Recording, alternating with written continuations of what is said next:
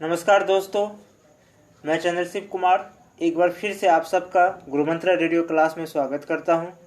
हमारा आज का विषय है 64वीं बीपीएससी के प्रारंभिक परीक्षा में सामान्य विज्ञान से पूछे गए प्रश्नों का अभ्यास। हमारा पहला सवाल है, निम्न में से किसका पीएच मान 7 है। ये सवाल एक बार फिर से सुन ले। पीएच मान से संबंधित सवाल अक्सर आते हैं बीपीएससी में। निम्न में से किसका पीएच मान 7 है।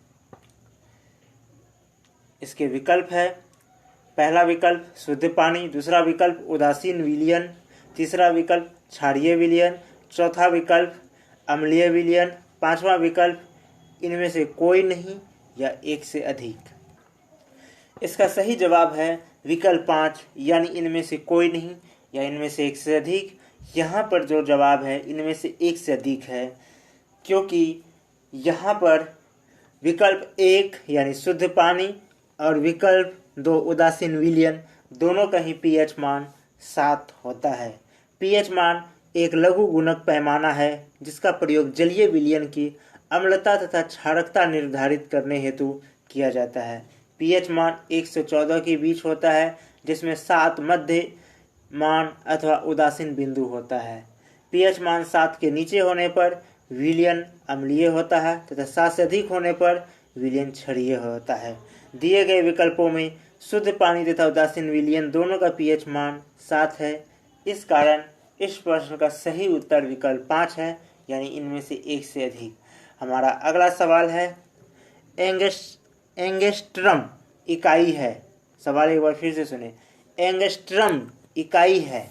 विकल्प ए, पहला विकल्प है तरंगदैर्घ्य की, दूसरा विकल्प है ऊर्जा की, तीसरा विकल्प है आवर्ती की, चौथा विकल्प है वेग की, पांचवा विकल्प इनमें से कोई नहीं या एक से अधिक। इसका सही जवाब है विकल्प 1 यानी तरंगदैर्घ्य, यानी एंगस्ट्रम इकाई है तरंगदैर्घ्य की। एंगस्ट्रम लंबाई को मापने की एक इकाई है जिसका प्रयोग अति सूक्ष्म दूरियों को मापने में किया जाता है। एंगस्ट्रम का प्रयोग अणु, परमाणु, रासायनिक बंधों की लंबाई तथा विद्युत चुंबकीय विकिरण की लंबाई को मापने में भी किया जाता है। तरंगदैर्घ्य की इकाई एंगस्ट्रम है। एक एंगस्ट्रम 10⁻⁻10 यानी 10 बटे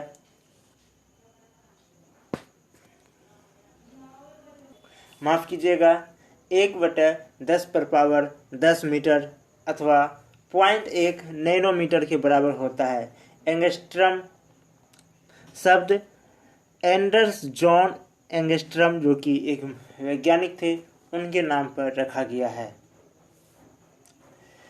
हमारा अगला सवाल है, निम्न तत्वों में से किसमें न्यूट्रॉन नहीं होता है। सवाल एक बार फिर से सुने। निम्न तत्वों में से किसमें न्यूट्रॉन नहीं होता है। इसके विकल्प है, पहला विकल्प ऑक्सीजन, दूसरा विकल्प नाइट्रोजन, तीसरा विकल्प हाइड्रोजन, चौथा विकल्प तांबा, पांचवा विकल्प इनमें से कोई नहीं या एक से अधिक। इसका सही जवाब है विकल्प 3 यानी कि हाइड्रोजन। हाइड्रोजन के समस्थानिक प्रोटियम में कोई न्यूट्रॉन नहीं होता है। प्रोटियम को हाइड्रोजन 1 भी कहा जाता है तथा हाइड्रोजन के सभी समस्थानिकों यानी प्रोटियम, ड्यूटेरियम तथा ट्राइटेरियम में प्रोटेरियम सर्वाधिक मात्रा 99.98% में पाया जाता है। कोई भी तत्व इलेक्ट्रॉन, प्रोटॉन तथा न्यूट्रॉन से मिलकर बना होता है, किंतु प्रोटियम में केवल एक इलेक्ट्रॉन तथा एक प्रोटॉन होता है। हमारा अगला सवाल है, आवर्ती को नापा जाता है। पहला विकल्प हर्ट्ज में, दूसरा विकल्प मीटर प्रति सेकंड में, तीसरा विकल्प रेडियन में, चौथा विकल्प वाट में, पांचवा विकल्प इनमें से कोई नहीं या एक से अधिक। इसका सही जवाब है विकल्प 1 यानी हर्ट्ज में।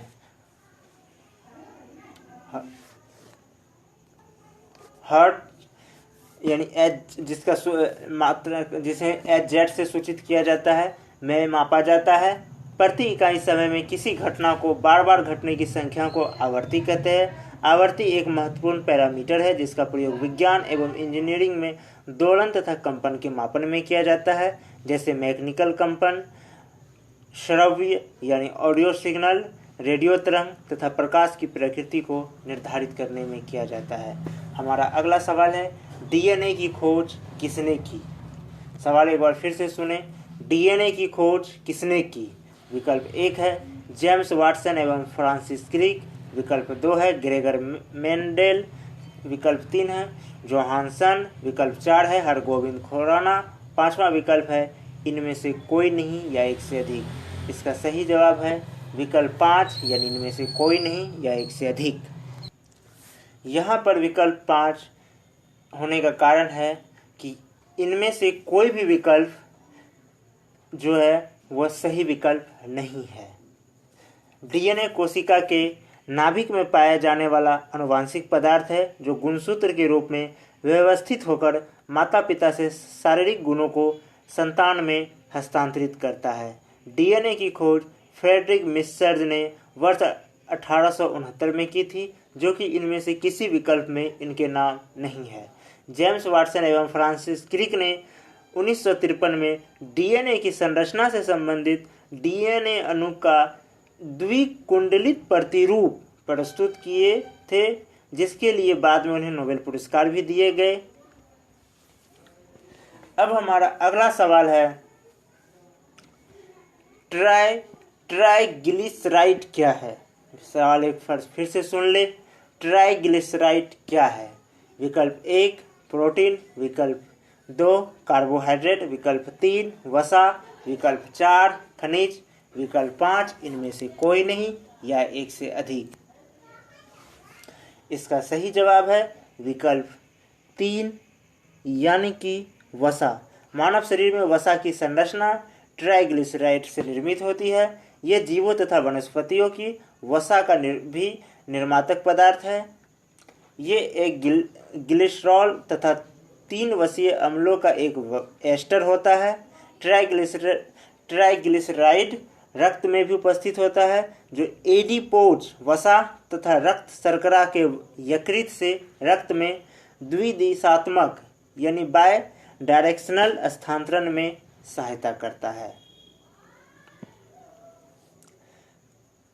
अब हमारा अगला सवाल है, शरीर का तापक्रम नियंत्रित करता है। सवाल एक बार फिर से सुने, शरीर का तापक्रम नियंत्रित करता है। विकल्प 1 थैलेमस, विकल्प 2 हाइपोथैलेमस, विकल्प 3 सेरेबेलम, विकल्प 4 मेडुला, विकल्प 5 इनमें से कोई नहीं या एक से अधिक। इसका सही जवाब है विकल्प 2 यानी हाइपोथैलेमस। हाइपोथैलेमस अग्र मस्तिष्क में पीयूष ग्रंथि के पास उपस्थित होता है। यह मुख्यतः ताप नियामक केंद्र होता है। इसके अतिरिक्त ये भूख एवं जल संतुलन का नियमन, कार्बोहाइड्रेट और वसा उपापचय के केंद्र का भी कार्य करता है। हमारा अगला सवाल है, इलेक्ट्रोएन्सेफेलोग्राम जिसे ईईजी भी कहते हैं, निम्न में से किसकी निगरानी के लिए उपयोग होता है? पहला विकल्प है हृदय यानी दिल, दूसरा विकल्प है यकृत यानी लीवर, तीसरा विकल्प है अग्नाशय यानी पैंक्रियाज, चौथा विकल्प है मस्तिष्क, पांचवा विकल्प है इनमें से कोई नहीं या एक से अधिक। इसका सही जवाब है विकल्प 4 यानी कि मस्तिष्क। इलेक्ट्रोएन्सेफेलोग्राम एक चिकित्सकीय उपकरण होता है जो मस्तिष्क में विद्युत संवेगों का रिकॉर्ड करता है।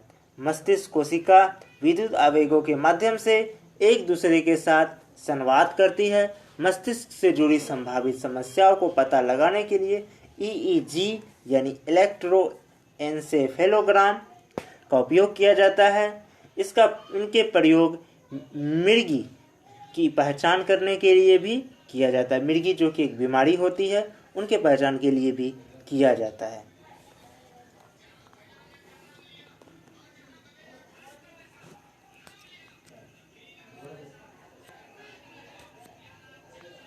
हमारा अगला सवाल है, 40 डिग्री सेल्सियस का मान फ़ारेनहाइट स्केल में है।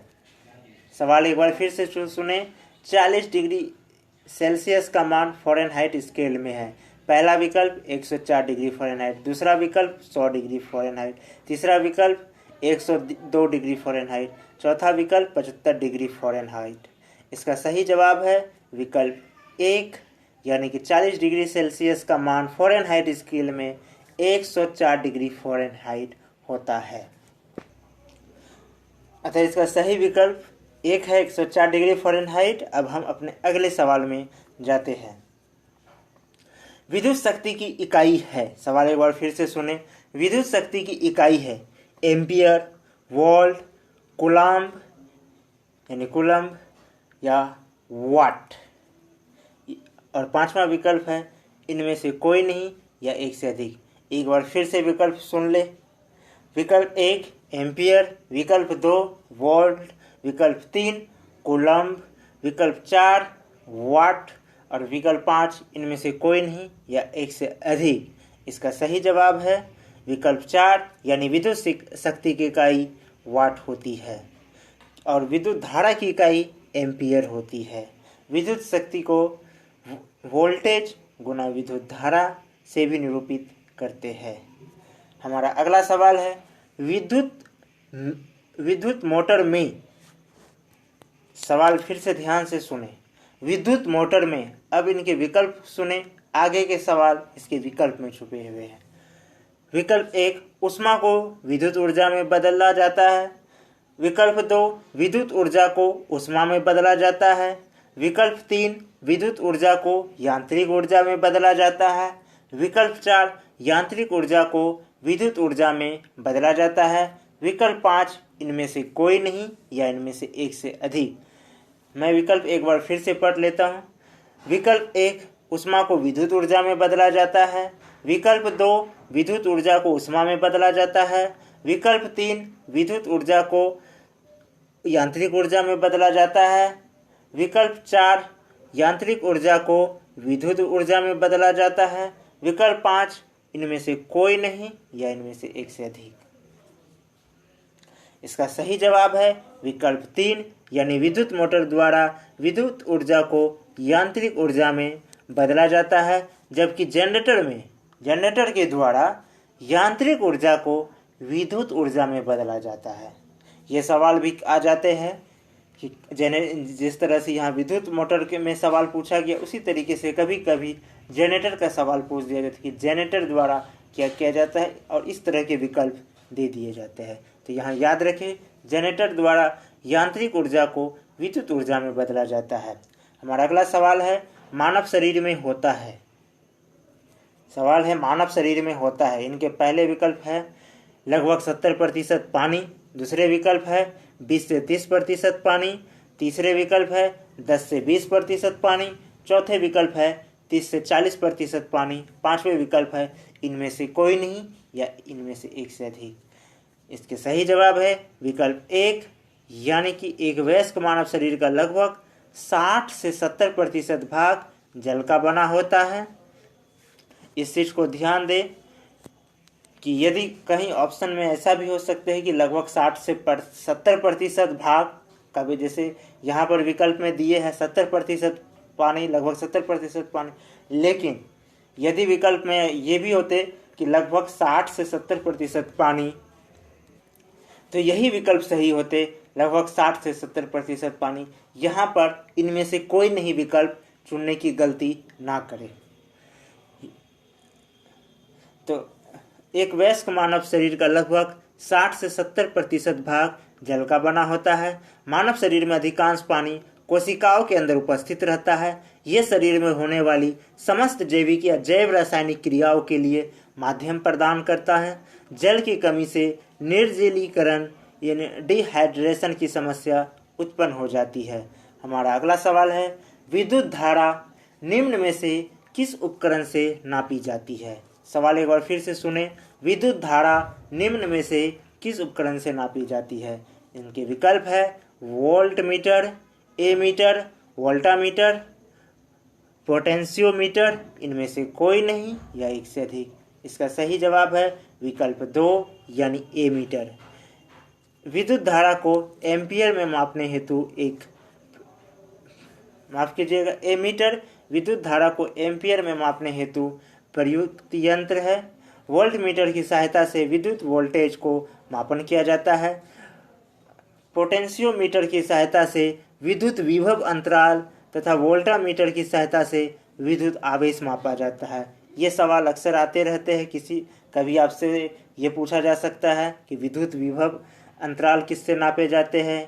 कभी आपसे विद्युत वोल्टेज के बारे में पूछ सकते हैं, विद्युत वोल्टेज का मापन किससे किया जाता है। इसलिए इसके व्याख्या को ध्यान से सुने। मैं एक बार फिर से पढ़ रहा हूँ शुरू से। एमीटर विद्युत धारा को एम्पियर में मापने हेतु प्रयुक्त यंत्र है। वोल्ट मीटर की सहायता से विद्युत वोल्टेज को मापन किया जाता है। पोटेंशियोमीटर की सहायता से विद्युत विभव अंतराल तथा वोल्टामीटर की सहायता से विद्युत आवेश मापा जाता है। वोल्टामीटर को कूलोमीटर भी कहते हैं। इस चीज को ध्यान में रखें कि वोल्टामीटर कूलोमीटर एक ही चीज है। हमारा अगला सवाल है, ग्रीन हाउस गैसों के मुख्य घटक होता है। इसका विकल्प है, पहला विकल्प कार्बन डाइऑक्साइड, दूसरा विकल्प मीथेन, तीसरा विकल्प नाइट्रस ऑक्साइड, चौथा विकल्प ओजोन, पांचवा विकल्प इनमें से कोई नहीं या इनमें से एक से अधिक। सवाल एक बार फिर ध्यान से सुने। ग्रीन हाउस गैसों के मुख्य घटक होता है। पहला विकल्प है कार्बन डाइऑक्साइड, दूसरा विकल्प है मीथेन, तीसरा विकल्प है नाइट्रस ऑक्साइड, चौथा विकल्प है ओजोन, पांचवा विकल्प है इनमें से कोई नहीं या इनमें से एक से अधिक। इसका सही जवाब है विकल्प 5, यानी कि इनमें से कोई नहीं या इनमें से एक से अधिक। यहाँ पर विकल्प 5 होने के कारण है इनमें से एक से अधिक। ग्रीन हाउस गैसें ऐसी गैसें होती है जो वातावरण में फैलकर एक आवरण बना लेती है। ये आवरण सूर्य के लघु तरंगों को पृथ्वी पर आने देता है, परंतु पृथ्वी द्वारा प्रवर्तित दीर्घ तरंगों को वापस अंतरिक्ष में नहीं जाने देता है। ग्रीन हाउस गैसों में जलवाष्प, carbon dioxide, methane, nitrous oxide, ozone, chlorofluorocarbon तथा हाइड्रोफ्लोरोकार्बन प्रमुख है। Green house gas green house प्रभाव उत्पन्न करती है, जिससे पृथ्वी के औसत तापमान में वृद्धि होती है, जिसे ग्लोबल वार्मिंग भी कहते हैं। इस कारण यहाँ एक से अधिक विकल्प होने के कारण इसके सही विकल्प है विकल्प 5। हमारा अगला सवाल है, आइंस्टीन को नोबेल प्राइज किस कार्य पर मिला। सवाल एक बार फिर से सुने। महान वैज्ञानिक यानी कि महान वैज्ञानिक आइंस्टीन जिन्हें कि नोबेल प्राइज मिल चुके हैं।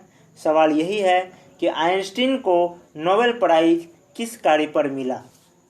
पहला विकल्प है आपेक्षिकता, दूसरा विकल्प है बॉस आइंस्टीन संघनन, तीसरा विकल्प है संहिता एवं ऊर्जा की तुल्यता, चौथा विकल्प है प्रकाश विद्युत प्रभाव, पांचवा विकल्प है इनमें से कोई नहीं या इनमें से एक से अधिक। यहाँ सही जवाब है विकल्प 4 यानी प्रकाश विद्युत प्रभाव। वर्ष 1921 में भौतिकी का नोबेल पुरस्कार अल्बर्ट आइंस्टीन को प्रदान किए गए थे। आइंस्टीन को यह अवार्ड प्रकाश विद्युत प्रभाव के सिद्धांत की खोज के लिए प्रदान किया गया। आइंस्टीन अपने सापेक्षता के सिद्धांत तथा द्रव्यमान ऊर्जा समीकरण के लिए भी जाने जाते हैं। आइंस्टीन ने 50 से अधिक शोध और विज्ञान से संबंधित पुस्तकें भी लिखी। 1999 में टाइम पत्रिका ने इन्हें शताब्दी पुरुष भी घोषित किए। एक सर्वेक्षण के अनुसार वे सार्वकालिक महानतम वैज्ञानिक माने गए हैं। आगे के सवाल में जाने से पहले मैं आप सबको एक महत्वपूर्ण सूचना दे दूं कि गुरु मंत्रा रेडियो क्लास का 10वां एपिसोड बहुत ही महत्वपूर्ण एपिसोड होने वाले हैं। ये वो एपिसोड होंगे जिसमें कराए गए अभ्यास से लगभग आप किस कंपटीशन में लगभग हर कंपटीशन में एग्ज़ाम आते हैं और सिविल सर्विस के जो मेंस की तैयारी करने वाले छात्रों के लिए उनमें जो तथ्यों पर चर्चा होगी वो बहुत ही महत्वपूर्ण होंगे। इसलिए आप सबसे ये निवेदन है, ये पहले ही सूचित कर दिया जाता है कि गुरु मंत्रा रेडियो क्लास के 10वें एपिसोड को ज़रूर सुनें। एक और बात मैं बता दूं कि गुरु मंत्रा रेडियो क्लास गुरु मंत्रा विद्या संस्थान बिहार, जो कि ऑनलाइन इंस्टीट्यूट है सिविल सर्विस के लिए, के द्वारा चलाई जाती है। गुरु मंत्रा विद्या संस्थान बिहार टेलीग्राम प्लस व्हाट्सएप के जरिए पीटी, मेंस और आंसर राइटिंग की तैयारी भी करवाती है। पीटी 50 स्टूडेंट का ग्रुप होता है जो व्हाट्सएप और टेलीग्राम के माध्यम से कराए जाते हैं। इनमें पीटी में the Hindu, the Indian express, down to earth, economics times, business standard जैसे एडिटोरियल नोट्स भी मिल जाते हैं और साथ में मॉक टेस्ट भी लिए जाते हैं और करंट से रिलेटेड टॉपिक्स दिए जाते हैं, नोट्स दिए जाते हैं, पीडीएफ दिए जाते हैं। आंसर राइटिंग ग्रुप 35 स्टूडेंट का ग्रुप होता है जो टेलीग्राम के माध्यम से कराए जाते हैं। इसमें प्रतिदिन कम से कम 4 से 5 क्वेश्चन मिल जाते हैं और हमारी टीम आपके आंसर को यानी कि जो क्वेश्चन के आंसर लिखकर भेजते हैं उन्हें विश्लेषण करके बताते हैं। छात्र चाहे तो हमारे क्वेश्चंस के अलावे भी वे अपने अन्य क्वेश्चंस को भी लिख करके दे सकते हैं। हमारी टीम उन्हें विश्लेषण करके उनका उत्तर उन्हें बता देंगे। मेंस ग्रुप 4 से 5 स्टूडेंट का होता है। ये 4 से 5 स्टूडेंट का व्हाट्सएप ग्रुप होता है जिन्हें प्रतिदिन 2 विषय यानी एक विषय सुबह और एक विषय रात को व्हाट्सएप कॉलिंग के जरिए कराए जाते हैं। ज़रूरत पड़ने पर व्हाट्सएप वीडियो कॉलिंग भी कराए जाते हैं। इस क्लास में नोट्स को लिखाए भी जाते हैं, उस पर डिस्कशन कराए जाते हैं, आंसर राइटिंग कराए जाते हैं, टेस्ट भी लिए जाते हैं। कुल मिलाकर पूरी तरह से क्लासरूम इन्वायरमेंट दिए जाते हैं। इस तरीके से कराए जाते हैं कि छात्र को ये आभास हो कि वे एक क्लास में ही बैठे हुए हैं। जिन छात्रों को हमारे इन तीनों में से किसी भी क्लास में ज्वाइन करने की इच्छा हो वे हमसे व्हाट्सएप और टेलीग्राम के माध्यम से कांटेक्ट कर सकते हैं। हमारा कांटेक्ट नंबर नोट कर ले 9135904639 9135904639 9135904639। अब हम अपने अगले सवाल में आते हैं। कोशिका का शक्ति स्रोत होता है। सवाल एक बार फिर से सुने। कोशिका का शक्ति स्रोत होता है। इसके विकल्प है कोशिका भित्ति, दूसरा विकल्प है माइटोकॉन्ड्रिया, तीसरा विकल्प है राइबोसोम, चौथा विकल्प है न्यूक्लियस, पांचवा विकल्प है इनमें से कोई नहीं या एक से अधिक।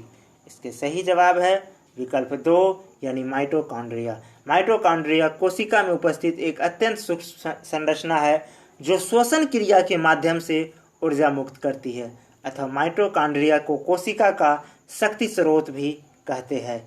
इसकी भीतरी झिल्ली में इलेक्ट्रॉन अभिगमन तंत्र उपस्थित होता है जिससे एटीपी अणुओं का निर्माण होता है। ऊर्जा का स्रोत होने के कारण एटीपी अणुओं को ऊर्जा की मुद्रा भी कहते हैं। इस तथ्य को ध्यान से सुन ले कि ऊर्जा का स्रोत होने के कारण एटीपी अणुओं को ऊर्जा की मुद्रा यानी एनर्जी करेंसी भी कहते हैं। कभी इस प्रकार के भी सवाल आ सकते हैं कि ऊर्जा की मुद्रा किसे कहते हैं, तो इसे ध्यान में रख ले। एटीपी अणुओं को ऊर्जा की मुद्रा कहते हैं। हमारा अगला सवाल है इनमें से सही कथन चुनिए, यानी कि सवाल पूरी तरह से विकल्प में छुपे हुए हैं। सवाल सिर्फ इतना है कि इन विकल्पों में से सही कथन को चुनना है। पहला विकल्प है लाल प्रकाश का तरंग दैर्घ्य बैंगनी प्रकाश से कम है। एक बार फिर से पहला विकल्प ध्यान से सुने। लाल प्रकाश का तरंग दैर्घ्य बैंगनी प्रकाश से कम है। दूसरा विकल्प लाल प्रकाश का तरंग दैर्घ्य बैंगनी प्रकाश से ज़्यादा है। दूसरा विकल्प फिर से सुने। लाल प्रकाश का तरंग दैर्घ्य बैंगनी प्रकाश से ज़्यादा है। यहाँ ध्यान दें, पहले विकल्प में ये कह रहा है कि लाल प्रकाश का तरंग दैर्घ्य बैंगनी प्रकाश से कम है, वहीं दूसरे तरंग में ये कहा जा रहा है कि लाल प्रकाश का तरंग दैर्घ्य बैंगनी प्रकाश से ज़्यादा है। तीसरा विकल्प है बैंगनी प्रकाश का तरंग दैर्घ्य लाल हरे प्रकाश से ज़्यादा है। तीसरा विकल्प एक बार फिर से सुने। बैंगनी प्रकाश का तरंग दैर्घ्य हरे प्रकाश से ज़्यादा है। वहीं चौथा विकल्प है बैंगनी प्रकाश का तरंग दैर्घ्य पीले प्रकाश से ज़्यादा है। तीसरे और चौथे दोनों में ही बैंगनी प्रकाश के तरंग दैर्घ्य की तुलना हो रही है। पहले में हरे प्रकाश से हो रही है कि वो हरे प्रकाश से ज़्यादा है, दूसरे में पीले प्रकाश से हो रही है वो पीले प्रकाश से ज़्यादा है।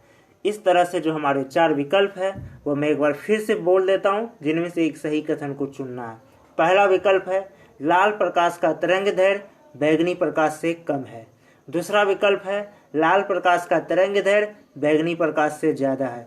तीसरा विकल्प है बैंगनी प्रकाश का तरंगदैर्घ्य हरे प्रकाश से ज़्यादा है। चौथा विकल्प है बैंगनी प्रकाश का तरंगदैर्घ्य पीले प्रकाश से ज़्यादा है। पांचवा विकल्प है इनमें से कोई नहीं या इनमें से एक से अधिक। बहुत से छात्र होंगे जिन्हें ये गुस्सा आ रहे होंगे कि ये मैं बार बार विकल्प पढ़ने के कारण हो सकता है उन्हें गुस्सा आ रहे हो।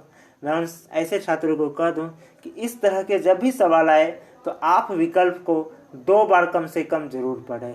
ये अक्सर ऐसा होता है कि छात्र वो जल्दी के चक्कर में ऐसे क्वेश्चंस में वे जानते हुए भी जल्दी पढ़ने के कारण वे गलत कर देते। इसलिए इस तरह के जब भी क्वेश्चन आए तो इनके विकल्पों को कम से कम 2 बार पढ़े और अच्छे से पढ़े। इसका सही जवाब है विकल्प 2 यानी बैंगनी प्रकाश का तरंगदैर्घ्य दृश्य प्रकाश के सभी रंगों से कम होता है, जबकि लाल रंगों का तरंगदैर्घ्य सर्वाधिक होता है। अर्थात विकल्प 2 सही है कि लाल प्रकाश का तरंगदैर्घ्य बैंगनी प्रकाश से ज़्यादा है। लाल रंग का तरंगदैर्घ्य सर्वाधिक होने के कारण उनका प्रकीर्णन बहुत ही कम होता है। प्रकाश अनेक रंगों का मिश्रण होता है। यहाँ मैं बता दूं,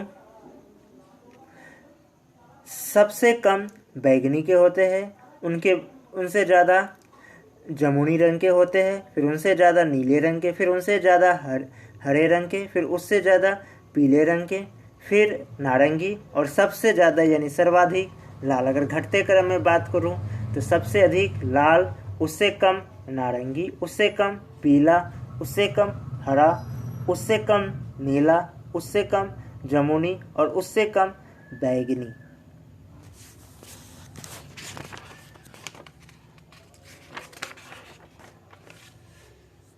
हमारा अगला सवाल है एड्स जो कि एक बीमारी है जिसका पूरा नाम होता है एक्वायर्ड इम्यूनोडिफिशियेंसी सिंड्रोम। एक्वायर्ड इम्यूनोडिफिशियेंसी सिंड्रोम, जिसे शॉर्ट में एड्स कहते हैं। एड्स निम्न कारणों में से किसके द्वारा होता है? विकल्प है पहला विकल्प पानी, दूसरा विकल्प जीवाणु, तीसरा विकल्प विषाणु, चौथा विकल्प फफूंद, पांचवा विकल्प इनमें से कोई नहीं। इसका सही जवाब है विकल्प 3 यानी विषाणु। एड्स एक गंभीर तथा घातक रोग है जो ह्यूमन इम्यूनी डिफिशियंसी विषाणु के कारण होता है। एड्स की सर्वप्रथम पहचान अमेरिका के centre of disease control and prevention द्वारा 1981 में की गई थी। HIV शरीर में प्रतिरक्षा तंत्र यानी इम्यूनी सिस्टम को क्षति पहुंचाता है, जिसके कारण शरीर में कोई भी रोग होने पर वह उपचारित नहीं हो पाता है। एड्स रोगी को अक्सर तपेदिक रोग भी हो जाता है। हमारा अगला सवाल है दाब की इकाई क्या है? सवाल एक बार फिर से सुन ले, दाब की इकाई क्या है? इसके विकल्प है न्यूटन प्रति वर्ग मीटर, दूसरा विकल्प है न्यूटन मीटर, तीसरा विकल्प है न्यूटन, चौथा विकल्प है न्यूटन प्रति मीटर। इसके सही जवाब है विकल्प 1 यानी न्यूटन प्रति वर्ग मीटर। दाब किसी वस्तु के सतह पर लगाया जाने वाला वह बल है जो उसके प्रति इकाई क्षेत्रफल पर आरोपित होता है। दाब को व्यक्त करने हेतु अनेक इकाइयों का प्रयोग किया जाता है। SI पद्धति में दाब का मात्रक न्यूटन प्रति वर्ग मीटर होता है। पास्कल भी दाब का एक मात्रक है। दाब को बल प्रति क्षेत्रफल के रूप में भी निरूपित किया जाता है। अगले सवाल में जाने से पहले मैं एक और बात आप लोगों से शेयर करना चाहता हूँ। बहुत से स्टूडेंट हैं जो हमसे अक्सर ये मुझे मैसेज के द्वारा ये बताते हैं, उनकी ये शिकायत है कि सर उनके बहुत से एग्ज़ाम में PT का रिजल्ट तो आ जाते हैं लेकिन वह मेंस का रिजल्ट नहीं निकल पाते हैं। वे बिहार के ही नहीं बिहार के अलावा अन्य स्टेट के भी पीसीएस के पीटी रिजल्ट निकाल लेते हैं, लेकिन मेंस में अच्छी पढ़ाई करने के बाद भी नहीं निकाल पाते हैं।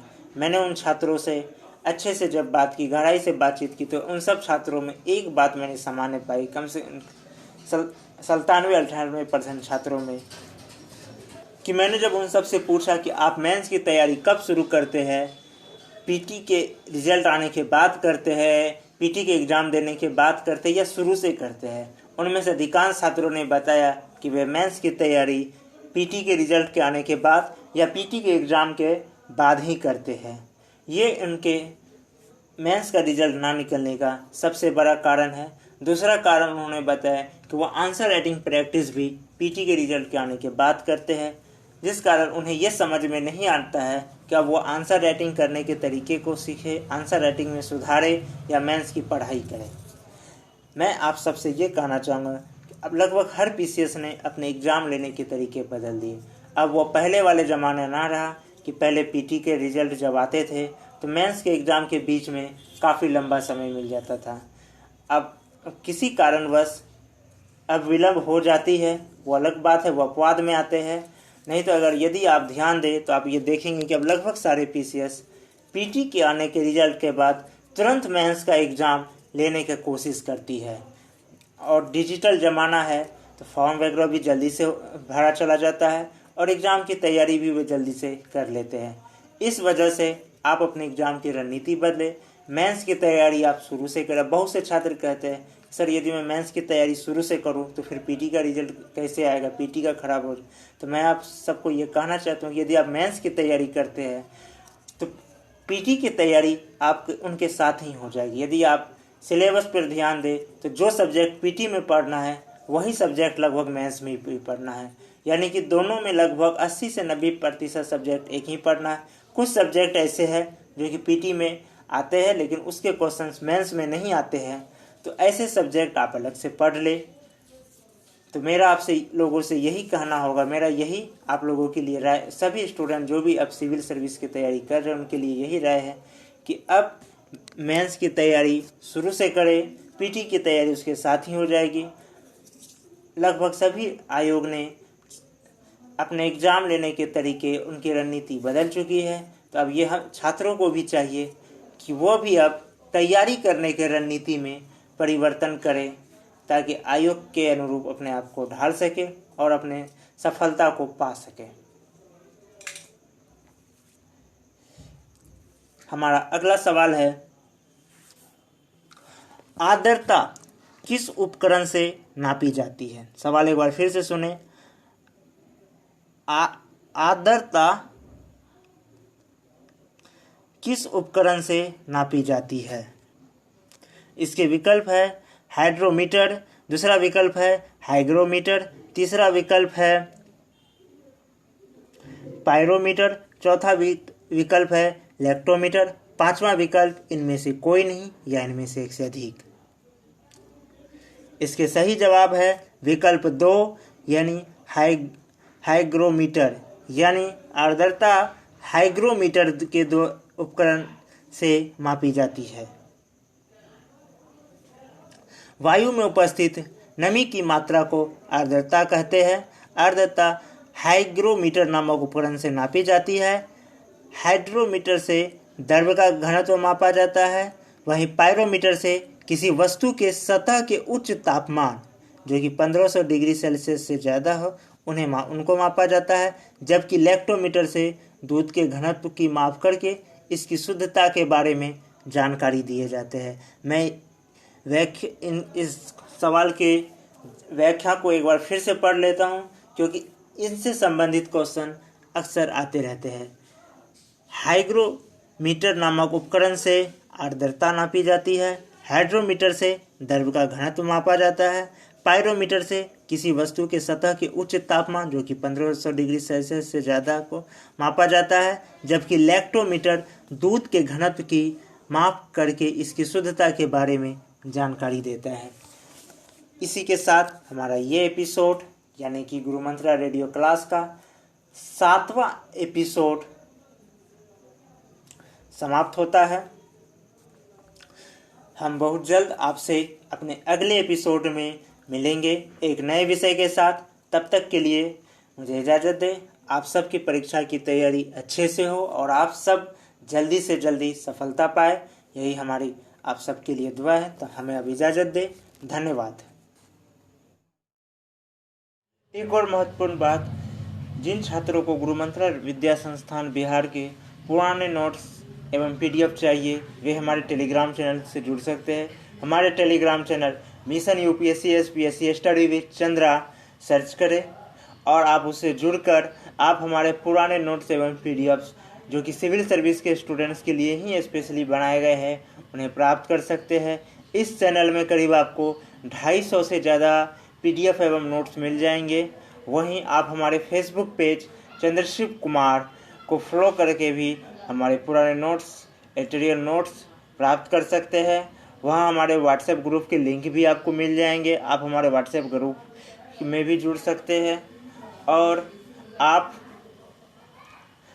हम वहाँ से यानी हमारे फेसबुक पेज या टेलीग्राम चैनल से आप हमारे वेबसाइट का लिंक भी प्राप्त कर सकते हैं, जहाँ पर आपको यानी हमारे वेबसाइट में the Hindu, the Indian express, the economics times, down to earth इत्यादि के रिपोर्ट पढ़ने को मिलेंगे एवं इनके अलावा अन्य GS से संबंधित स्टोरीज, नोट्स पढ़ने को मिलेंगे, जो आपकी सिविल सेवा की तैयारी के लिए बहुत ही महत्वपूर्ण साबित हो सकती है। इसी के साथ हम अपना आज का एपिसोड यानी गुरु मंत्रा रेडियो क्लास का 7वां एपिसोड समाप्त करते हैं। अब हमें इजाज़त दें। हम बहुत जल्द आपसे 8वें एपिसोड के माध्यम से आपसे जुड़ेंगे। तब तक के लिए हमें इजाज़त दें। धन्यवाद।